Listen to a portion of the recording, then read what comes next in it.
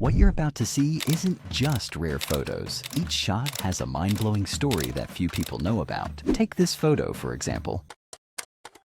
All right, here's Mae Musk back in the late 60s. Think around 69 when she was a finalist for Miss South Africa. This wasn't just some random boat trip. She was already working as a model then, years before Elon came along. She kept that career going alongside raising her family later on. That's Frida Kahlo, forced to paint from her bed after a horrific bus accident smashed her up years earlier. She turned her situation around, had this special easel built so she could keep making her intense self-portraits. Much of her most famous work came right out of that room, dealing with her pain. There's candidate Jimmy Carter trying to look energetic, hopping that rope line during the '76 presidential campaign. He was really pushing that outsider, man of the people image, different from the usual stiff politicians. This kind of unscripted moment was pretty typical for him on the trail. This shot from Glen Cove, Long Island in '56 really captures that mid-century summer vibe on the East Coast. You see the family groups, the wood-paneled station wagons likely parked just off camera. The whole scene feels very specific to that time. Life seemed a bit slower, maybe simpler back then. Meet Carl Eliason up in Sainer, Wisconsin, next to his 1927 motor toboggan. He built this thing because his wife was a nurse and needed to get around in the heavy snow. Necessity really drove invention here. That machine, crude as it looks, got the first patent and basically started the whole snowmobile industry.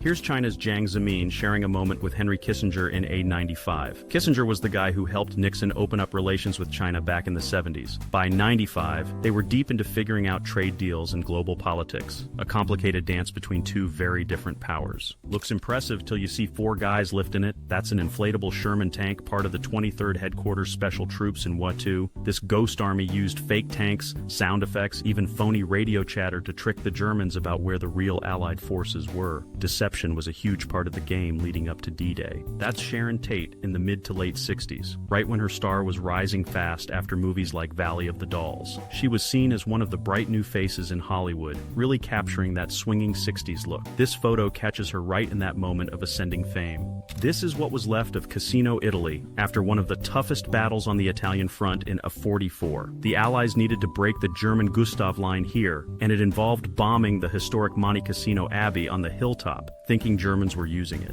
4 separate bloody assaults finally took the position months later. Winston Churchill found real solace in painting, especially after losing power post-Watu. Here he is in 1948. He picked up the brush around age 40 and produced hundreds of canvases, often painting landscapes in places like Morocco or the south of France. Looks like he's got his usual cigar and maybe some scotch to help the creative flow. There's Charles Lindbergh, probably not long before his historic solo flight across the Atlantic into 27. He looks pretty calm next to the Spirit of St. Louis, but that flight was a massive gamble, 33 and a half hours alone over open ocean. He was just a young airmail pilot before this catapulted him to worldwide fame. This photo's from Naples, Italy, probably late 1800s, showing how they used to make macaroni. They didn't have big factories then. Pasta makers would hang the fresh strands outside on racks to dry in the sun and air. You can see the workers, and even a dog watching the process right there on the street. During World War II, materials like nylon and silk were needed for the war effort. Think parachutes. So women couldn't easily buy stockings, leading to places like this shop in 1941 painting stockings right onto their legs. Some even drew a seam line down the back to make it look more real. This famous shot of Veronica Lake getting her hair caught isn't quite what it seems. It was staged in 1943. Her popular peekaboo hairstyle was actually seen as a safety hazard for women working in wartime factories. So the government asked her to pose for this publicity photo to encourage women workers to adopt safer hairdos. That's a young Goldie Hawn covered in body paint for the comedy show Rowan and Martin's Laugh-In back in 1968. The show was known for being wild and pushing boundaries, and this kind of goofy, eye-catching stuff was typical. This was really early in her career before she became a huge movie star. Take a look at this contraption from 1945, built by the government's Bureau of Standards.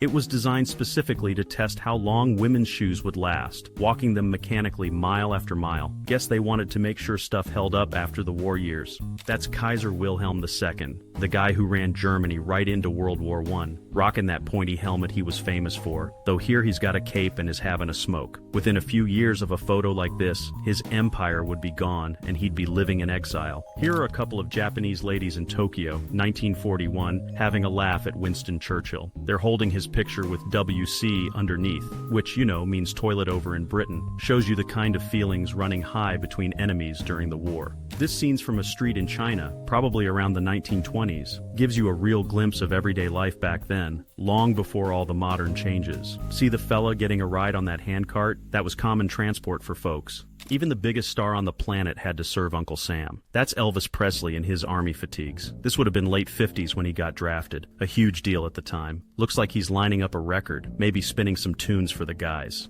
Well, here's a side of Winston Churchill you don't see too often, ready for a dip. This was probably taken at a French beach resort sometime between the wars. Even world leaders needed a break from running things sometimes. That's the beautiful actress Jean Tierney relaxing on a gondola in Venice, right around 1945. She was a big name in Hollywood, known for movies like Laura, captures that post-war feeling, people starting to travel and enjoy life again. This takes you back to Afghanistan in 1950, a far cry from the images we're used to seeing. Just shows folks living their lives along a stream or river, a glimpse into a more peaceful time decades ago. The landscape itself looks pretty rugged even back then. Here's Elvis making his movie debut in Love Me Tender back in '56. He's got that intense look going with his co-star Deborah Paget. Must have been something seeing the rock and roll king up on the big screen for the first time. Young Steve Jobs on his BMW motorcycle back in 1981, captured by National Geographic. Apparently they wanted a standard portrait, but Jobs insisted they shoot him riding his bike instead. Shows that independent, maybe stubborn streak he was known for early on. That's Raquel Welch, likely snapped sometime in the mid-60s when she became a huge sensation. After films like 1 Million Years BC, her image was everywhere. This photo really captures that bombshell look she was famous for. Here's another look at wartime ingenuity from the 1940s. With nylon stockings hard to come by, ladies would paint their legs to get the look. This gal is carefully drawing the seam line with makeup to make the effect more convincing. That looks like Cheryl Ladd, probably taken while she was starring in Charlie's Angels in the late 70s. Pretty cool seeing her sporting a Star Wars t-shirt. Captures two big pop culture phenomenons from that era in one shot. This portrait from 1912 shows Lewis and Florence Shotridge, who were Tlingit people from Alaska. Back then, photo studios often had folks wear generic Plains Indian outfits, which wasn't accurate for their actual heritage. Lewis himself was actually dedicated to preserving Tlingit culture and history. Here's Jane Fonda caught in a candid moment, grabbing some groceries sometime in the late 1960s. Even big Hollywood stars had to run errands like the rest of us. Looks like a pretty normal supermarket scene from back then. That's Walt Disney himself looking over the construction of Sleeping Beauty Castle back in '54. They threw Disneyland together in just about a year. A pretty wild rush job for something that big. You can see the scaffolding everywhere. It was a huge gamble turning that Anaheim Orange Grove into his dream park. Meet Abby Pudgy Stockton, one of the first gals to really get into serious weightlifting back in the 40s. She was a regular down at Muscle Beach in Santa Monica, way ahead of her time for women's fitness. Standing just over 5 feet, she was strong as heck and helped pave the way for female bodybuilders. This was Balboa Beach, California, spring break 1947, shot by a Life magazine photographer. Thousands of young folks flocked there after the war, ready to cut loose and soak up the sun. Looks like a pretty relaxed scene here, just enjoying the sand and the company. There's Ava Gardner with Mickey Rooney, probably sometime during their short marriage in the early 40s. She was just getting noticed in Hollywood, while he was already one of the biggest movie stars around. Quite the glamorous couple, even if things didn't last long between them. That's Bill Paxton, Liam Neeson, and Patrick Swayze, kicking back behind the scenes of their movie Next of Kin from '89. They played three brothers from the sticks caught up in some trouble in the big city. Looks like just a relaxed moment between takes for these guys. Snowfall in Jerusalem is a pretty rare sight, so this photo from 1921 really captures something unusual. You see some local women or older individuals enjoying the novelty, maybe having a snowball toss. Just a simple moment of fun during an uncommon weather day back then. Check out the dashboard, and steering on this Mercury from the mid-60s. They called it wrist twist steering. Instead of a big wheel, you used those two rings. It was supposed to be futuristic, but never really made it into mass production. Classic New York City street scene right here, looks like '86 from the caption. Chess hustlers and players setting up tables right there on the sidewalk was a common sight. You got all sorts of folks gathered round, watching the games unfold amidst the city bustle. That scientist there is Harold Agnew, and he's holding the actual plutonium core for the Fat Man atomic bomb in 1945. This was taken on Tinian Island shortly before the bomb was loaded for the Nagasaki mission. Pretty jarring to see such a world-changing object handled so casually. Here's an old-time strongman, likely from the early 1900s, looking pretty stout. That barbell with the big globe ends was standard gear for these performers back then. They'd lift crazy weights like this as part of their stage acts in circuses or halls. Back in 1955, record stores like this one in London had these private listening booths. You could step inside, put on some headphones maybe, and preview a record before deciding to buy it. Pretty neat way to check out the new tunes before plunking down your money. This was Pink Floyd's huge free concert right on the canals of Venice back in '89. They built this massive stage that floated in front of St. Mark's Square, drawing about 200,000 fans. Caused a hell of a stir afterwards because the city wasn't really prepared for that size crowd. There's President Kennedy and Jackie out watching the America's Cup races near Newport in '62. They're on the deck of the Navy destroyer named after his older brother Joe Jr., who died in the war. The Kennedys were big into sailing, really loved being out on the water. Quite a contrast here, looking at London from the era around 1920 versus more recently. Back then, things were built lower, lots of chimneys. Tower Bridge stands out clear. Now you see all the modern glass skyscrapers that have shot up, totally changing the look of the place. These two fellas look almost identical. That's King George V of England and his cousin Tsar Nicholas II of Russia in 1913. They were in Berlin for a royal wedding, dressed up in German uniforms as was the custom then. Crazy to think that just a year later, their countries would be fighting Germany in the Great War. This longship is the real deal, pulled out of the ground over 100 years ago in Norway. It's called the Oseberg ship, found buried with 2 women and tons of artifacts around 900 AD. Now it sits in a museum in Oslo, looking pretty impressive for being over 1,000 years old. That's Mick Jagger, probably around 1963 or 64, right when the Rolling Stones were just starting to hit it big. He hadn't quite developed that strutting frontman persona yet, just a young guy with a different kind of intensity before they became worldwide stars. Hard to believe, but that's the Beatles playing to barely anyone at the Palais Ballroom in Aldershot, December 1961. Apparently, the local newspaper didn't run the ad, so only about 18 people showed up. Just imagine seeing them in a room that small, right before they exploded onto the scene. This studio photo from around 1880 shows men dressed in traditional samurai armor, holding various weapons. It was taken by Kusakabe Kimbi, a well-known Japanese photographer of the time. The samurai class had officially been abolished years earlier, so this was likely portraying a historical image. That's Lydia Litviak, a Soviet fighter pilot during World War II, known as the White Lily of Stalingrad. She holds the record for the most aerial victories by a female pilot, credited with around a dozen solo kills. Litviak disappeared during the Battle of Kursk in 1943 when she was just 21. Here's a peek inside a disco club in East Germany around 1975. Even behind the Iron Curtain, folks found ways to have fun and listen to popular music. Looks like a pretty low-key gathering compared to Western discos, but the clothes definitely have that 70s vibe. Believe it or not, that's George Clooney, probably a school picture from the mid-70s, rocking that feathered hair and patterned shirt, looking like any other guy from that era. Definitely a long way from the smooth movie star he'd become years later. That gentleman is Jupe Sinju from Philips, showing off the brand new compact disc back in 1979. He's holding it next to a vinyl record to show the size difference. This little thing was meant to replace those big LPs. Philips worked with Sony on it, and the first players and discs hit the market in '82. This was in New Zealand 1981, a lineup of Princess Diana lookalikes waiting to meet Prince Charles. It really shows the massive Diana mania that swept the world even before they were married. Everyone seemed fascinated by her, even leading to lookalike contests. That's actress Pamela Hensley playing Princess Ardala in the sci-fi show Buck Rogers in the 25th Century from 1979. The show was known for its campy style and flashy costumes. Ardala was the main villain, always trying to either conquer Earth or snag Buck Rogers. Check out the size of that fish. That's Edward Llewellyn, with a 425-pound giant black sea bass he caught off Catalina Island, California, way back in 1903. Back then, these massive fish were common, but overfishing later made them critically endangered.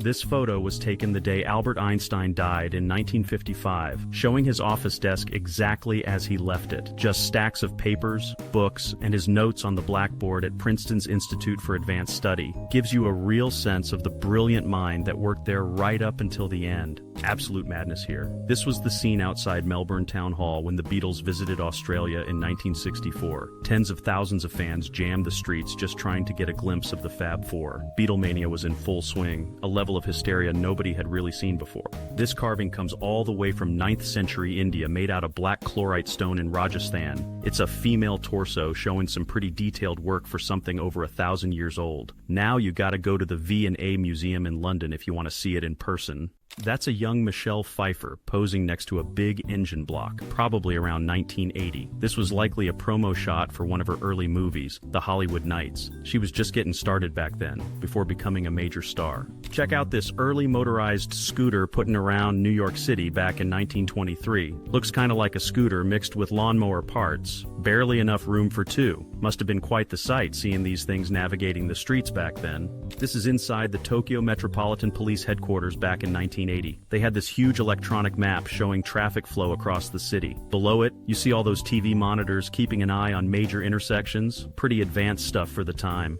Here's a look inside an early auto service station, probably late 20s or early 30s. See the Model A up on that hydraulic lift? That was new technology back then for getting underneath. Mechanics earned their keep with pure elbow grease and know-how, no computers needed. That long line snaking up the mountain is prospectors heading over the Chilkoot Pass in 1898. This was the height of the Klondike Gold Rush, thousands chasing dreams of striking it rich. They had to haul tons of supplies up this steep, snowy pass just to be allowed into Canada. There's the hard rockin' band, the Runaways, back in 1975. You got Jackie Fox on bass, Sandy West behind the drums, holding the sticks, and Joan Jett with the guitar. They were one of the first big, all-female rock groups, known for their tough sound and image. Talk about a rough job. This poor fella is collecting golf balls on a driving range around the 1920s. He's wearing a homemade protective cage made of wire mesh to avoid getting beamed. Guess safety equipment wasn't exactly top of the line back then. This massive display was part of a fascist rally in Italy, 1937. The banner shows Mussolini with a movie camera proclaiming cinematography is the strongest weapon. It's a stark look at how the regime viewed film purely as a tool for propaganda and control.